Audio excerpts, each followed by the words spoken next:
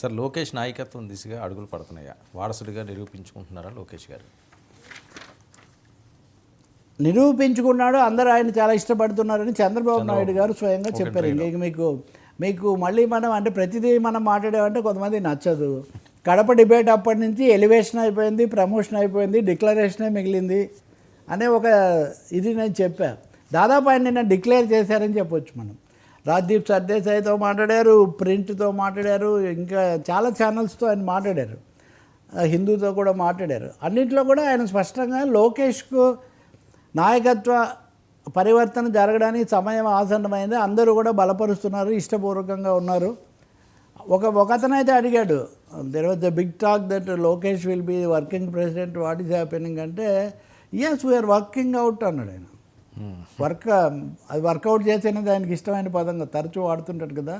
We are working out it, party needs young leadership, youth young leadership తేవడానికి మేము చర్యలు తీసుకుంటున్నాము.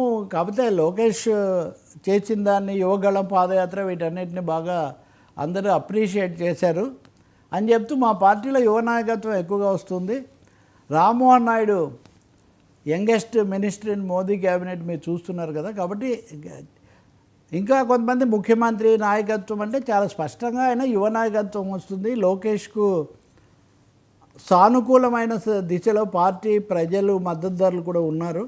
కాబట్టి అటు వెళ్తున్నాము అనే మాట ఆయన దాదాపు చెప్పేశారు నిన్న. అది బహుశా 2-3 అంశాలు, రాష్ట్రాభివృద్ధి, అమరావతి, ఇలాంటివి చెప్తూ లోకేష్కు పగ్గాలు ఇవ్వడానికి, సారథ్యం అప్పగించడానికి రంగం సిద్ధమైంది. చంద్రబాబు నాయుడు దాని మీద కసరత్తు చేస్తున్నానని ప్రకటించేశారు. కాబట్టి అది ఎప్పుడు ఎలా చేస్తారు డిక్లరేషన్ అన్నది ఒకటే, ప్రభుత్వ పరంగా ఏం జరుగుతుంది, పార్టీ పరంగా ఏం జరుగుతుంది అన్నది. అధ్యక్షుడిగా మొన్న ఎన్నికయ్యారు కాబట్టి ఖచ్చితంగా వర్కింగ్ ప్రెసిడెంట్ అవ్వచ్చు. ఉప ముఖ్యమంత్రి అన్నది కూడా ఏమైనా క్రమంలో వస్తుందా ముందుకు? మళ్ళీ ఉప ముఖ్యమంత్రి అంటే అదొక కాంట్రవర్సీ, అదొక రాని కాంట్రా. అంటే మీరు ఒక మాట అన్నారు కూడా చెప్తున్నా. నిన్న తెలుగుదేశంలో ముఖ్యమైన ఒక నాయకుడితో కాస్త ప్రస్తావనగా మాట్లాడుతుంటే, ఎందుకో కానీ పవన్ కళ్యాణ్ 2027లో బయటికి వెళ్ళిపోతారు, బీజేపీ వాళ్ళతో కూడా కలిసి 29 మందితో ఒక శాసనసభ పక్షం ఏర్పడుతుంది. ఇది సోషల్ మీడియాలో బాగా వైరల్ అవుతుంది, ఒక పత్రికలో కూడా వచ్చింది. అయితే దీని మీద ఇప్పుడు స్పందించవద్దు అని తెలుగుదేశం భావిస్తున్నట్టు సమాచారం. ఓకే, కానీ అటువైపు మనం స్పందించడం లేదు, కానీ అటువైపు వాళ్ళు బాగా విజృంభిస్తున్నారు కదా. మరీ ముఖ్యంగా మన కేకే సర్వేలో ఈయనకంటే ఆయన రేటింగ్ కొంచెం తక్కువగా ఉంది అని పర్సెంటేజ్ అని వచ్చిన తర్వాత ఈ విధమైన ఒత్తిడి కూడా పెరుగుతూ ఉంది అని అంటున్నారు. కాబట్టి వీటి మధ్యలో ఈ సమయంలోనే చంద్రబాబు చెప్పడం కూడా మీరు చూస్తే, కేకే సర్వే ఈ చర్చ ఇవి నడుస్తున్నప్పుడే బహుశా చంద్రబాబు కార్యక్రమం ఎప్పుడో లాంగ్ అగో నిర్ణయం అయి ఉండొచ్చు, కానీ ఈ అంశాలను ఆయన దాటవేయలేదు. మీరు గమనిస్తే కనుక చాలా స్పష్టంగా ఆయన దాటవేయకుండా చాలా సూటిగానే సమాధానాలు చెప్పారు. కొన్ని కీలకమైన అంశాలు కూడా చెప్పారు ఆయన. నిజంగా అవి కూడా మనం మాట్లాడుకోదగినవే. నిన్న బండారు దత్తాత్రేయ సభలో పాల్గొన్నారు. మొన్న ఇంటర్వ్యూ ఇక్కడ లోకల్ మీడియాకి ఇంటర్వ్యూలు ఇచ్చారు. వీటన్నిటిలో అనేక అంశాలు ఆయన స్పృశించారు. అందులో 3 ముఖ్యమైనవి మాత్రం మీకు చెప్తాను. ఒకటి, నేను ఆంధ్ర తెలంగాణల మధ్య న్యూట్రల్ స్టాండ్ తీసుకున్నాను. అప్పుడు రాష్ట్ర విభజన అప్పుడు నేను న్యూట్రల్ స్టాండ్ తీసుకున్నాను. దాన్ని భరించలేక నాకు 2 కళ్ళ సిద్ధాంతం అది ఇది అని నన్ను చాలామంది అన్నారు. కానీ నేనైతే ఒక న్యూట్రల్, అంటే ఆంధ్రప్రదేశ్ ముఖ్యమంత్రిగా ఉండి జాతీయ అధ్యక్షుడు కూడా తెలుగుదేశానికి, నేను న్యూట్రల్ స్టాండ్ తీసుకున్నానని చెప్పడం ఇప్పుడు ఆసక్తికరమైంది. మేము లేఖ ఇచ్చినందుకే తెలంగాణ తెలుగుదేశం లేఖ వాళ్ళే అని కాంగ్రెస్ వాళ్ళు కూడా అప్పుడు చెప్పేవాళ్ళు. ఇప్పుడు ఆయన నేను న్యూట్రల్గా ఉన్నాను, సమన్యాయం అన్నాను, నేను సమన్యాయం అన్నదాన్ని ఎగతాళి చేశారు. అప్పుడు హైదరాబాదు, సైబరాబాద్ ఇవి అభివృద్ధి చేశాను, దాని మీద చాలా ఇది ఆయన ఎక్కడ మాట్లాడినా చెప్పకుండా ఉంటారు కదా, చెప్పారు.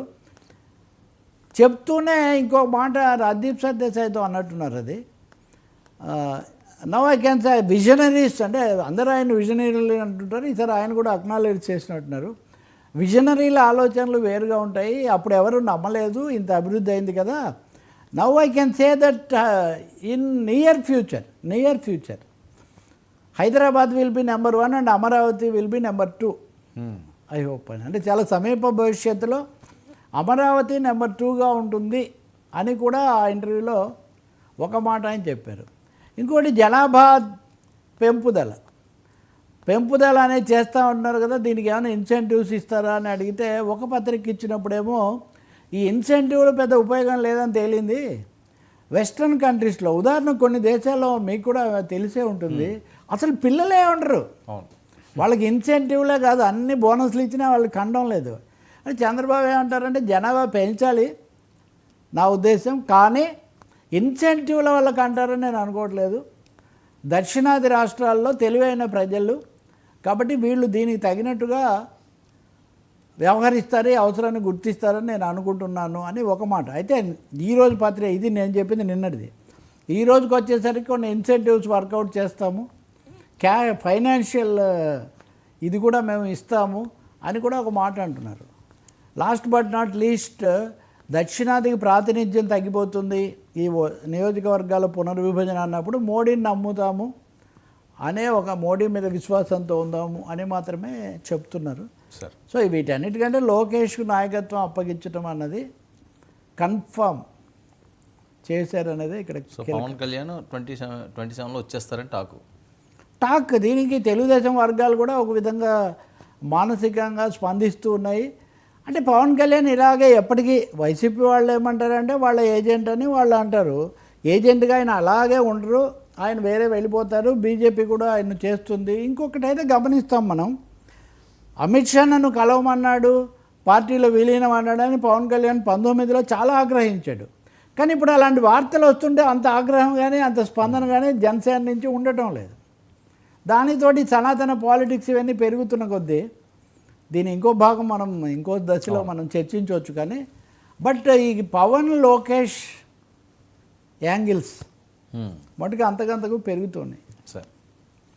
సరే ఏంటి ముద్రగడ కౌంటర్, కుటుంబంలో చీలికలంటూ కుట్రలు చేస్తున్నారు, మనస్పర్ధలు తేవాలని చూస్తున్నారు, నాకేమి ఎటువంటి అనారోగ్య సమస్యలు లేవని.